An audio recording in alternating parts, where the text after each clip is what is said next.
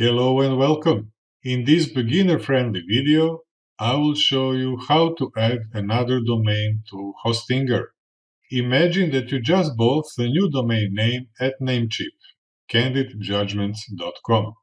If you enter this web address in your browser, you will see this empty page, just a plain domain name on the Namecheap servers. But what if you just can't wait to install WordPress and start building a new website? You must first add this domain to your web hosting account. To do that, from the Hostinger's homepage, click on Websites. On this page, click on Add Website and select See All options. Select Create and then click on Next. You will be provided with two options. Ignore both of them and click on Skip. On this page, enter your new domain name. In my case, I will enter candidjudgments.com.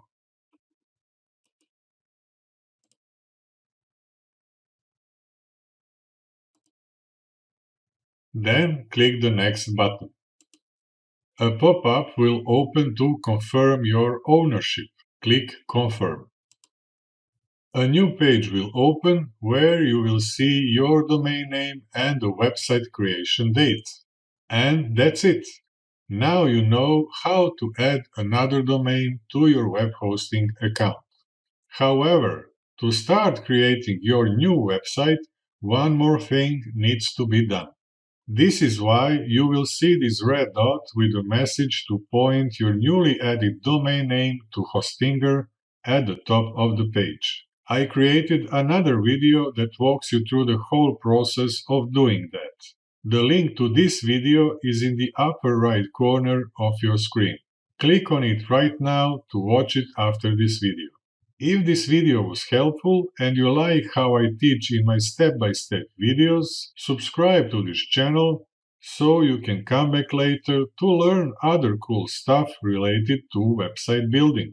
By subscribing, you also make it easier for others who want to learn how to add their domain to their web hosting account to find this video and this channel. Now, what to do after you add your domain to your web hosting account?